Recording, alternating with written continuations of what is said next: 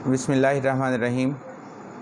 ناظرین، ایک عرصہ پہلے ویڈیوز کا سلسلہ شروع کیا تھا جو کہ بعض وجوہ کی بنیاد پر تعطل کا شکار رہا۔ اب چونکہ PPSC کے امتحانات بھی قریب آ رہے ہیں اور طلباء کی ضرورت کو محسوس کرتے ہوئے اس سلسلے کو دوبارہ شروع کیا جا رہا ہے۔ اس سلسلے میں ہم ایک ترتیب کے ساتھ چلیں گے اور سلسلہ وار ویڈیوز بنا کے اپلوڈ کی جائیں گی۔ اس میں ہم دکنی ادب سے شروع کریں گے کیونکہ اردو ادب کا آغاز و ارتقاء عام طور پر دکن ہی سے سمجھا جاتا ہے، اگرچہ اس سے پہلے بھی آثار ملتے ہیں لیکن ہم اس کو فوکس نہیں کریں گے۔ آج کا ہمارا موضوع اردو ادب کا دکنی دور ہے۔ علاء الدین خلجی نے جب دکن پر حملہ کیا تو دکن کی زبان اور ثقافت اور تہذیب کو اس نے متاثر کیا، اور پھر علاء الدین خلجی یہاں ترک سرداروں کو حکمران بنا کر واپس چلا گیا۔ بعد ازاں محمد تغلق نے دہلی کے بجائے دیوگری کو مرکز بنایا، یعنی دارالسلطنت وہاں لے گیا اور ساری آبادی کو وہاں جانے کا حکم دیا۔ وہاں بہت سے مسلمان گھرانے آباد ہوئے، اور جب محمد تغلق کی سلطنت کمزور ہوئی تو پھر آزاد بہمنی سلطنت جو ہے اس کا قیام عمل میں آیا۔ 1342 میں ظفر خان کو جنوبی ہند کا صوبے دار مقرر کیا اور دکن کے سرداروں کو اپنے ساتھ ملا کر اس نے مرکز سے علیحدگی اختیار کر لی، اور علاء الدین حسن گنگو بہمنی کا لقب اختیار کر کے آزاد بہمنی سلطنت کا حکمران بن گیا۔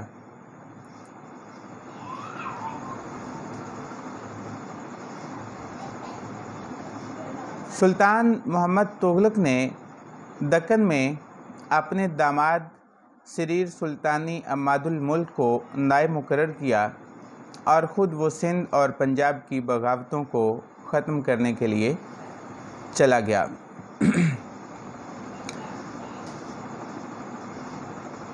اسی دوران سردار حسن ظفر خان کو صدہ کے امراء نے اپنا امیر منتخب کر لیا اور سلطانی فوج کو شکست دی۔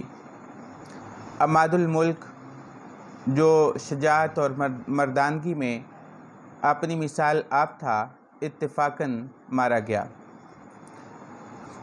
اور 1347 میں دولت آباد میں بہمنی سلطنت کی بنیاد رکھی گئی۔ یہ سلطنت وجے نگر کی ہندو مملکت سے ہمیشہ برسر پیکار رہی۔ اس کے باوجود انہوں نے دکن میں زراعت، تعلیم اور عمارات پر بہت توجہ دی۔ آخر 1490 میں بہمنی سلطنت کا خاتمہ ہوا اور وہ بہت سی چھوٹی چھوٹی ریاستوں میں تقسیم ہوئی، جن میں سے 5 قابل ذکر ہیں۔ اس میں برید شاہی سلطنت جو کہ بیدر کے علاقے میں قائم ہوئی، اور پھر عماد شاہی سلطنت یہ برار کے علاقے میں تھی، اور پھر نظام شاہی سلطنت یہ احمد نگر کے علاقے میں تھی، اور پھر عادل شاہی سلطنت جو بیجاپور کے علاقے میں قائم ہوئی، اور قطب شاہی سلطنت جو گولکنڈہ کے علاقے میں قائم ہوئی۔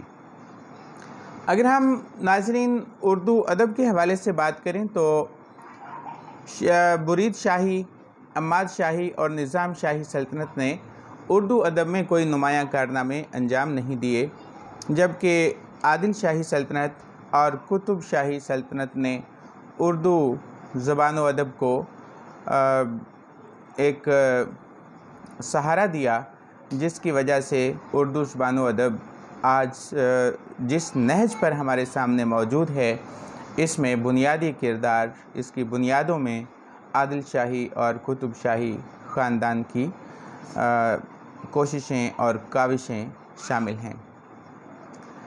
ناظرین، عادل شاہی خاندان کی سب سے پہلے ہم بات کرتے ہیں۔ یہ بیجاپور سلطنت ان کے زیر تسلط تھی اور یہ 1490 سے 1686 تک ان کی حکومت وہاں پر چلتی رہی۔ اس کے جو تھے بادشاہ، اگر ہم ان کو دیکھیں تو یوسف عادل شاہ پہلا حکمران تھا، اور پھر اسماعیل عادل شاہ، مالو عادل شاہ، ابراہیم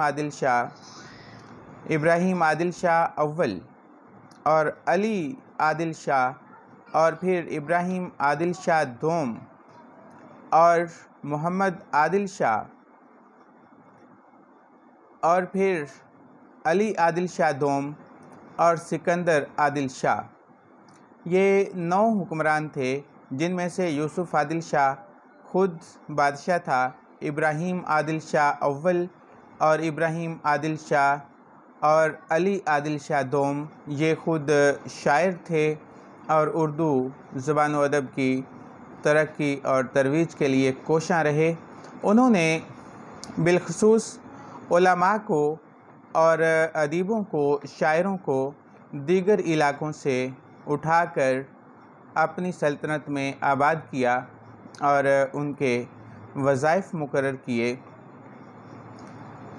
تو ناظرین، یہ جو عادل شاہی حکمران ہیں، ان میں بہت سے شاعر پیدا ہوئے، جن کا تفصیلی تعارف ہم اگلی دفعہ اگلی ویڈیو میں دیں گے، لیکن ان کے نام اگر میں آپ کو بتاتا چلوں تو اشرف بیابانی، شاہ میراں جی شمس العشاق، شاہ برہان الدین جانم، ابراہیم عادل شاہ، عبدالصنعتی بیجاپوری، ملک خوشنود، کمال خان رستمی، حسن شوقی، علی عادل شاہ ثانی، ملک الشعراء نصرتی، سید میراں ہاشمی۔ یہ 12 شعراء کے نام زیادہ نمایاں ہیں۔ اس کے علاوہ بھی جب ہم اس دور میں بات کریں گے تو باقی شعراء کا بھی تذکرہ کریں گے۔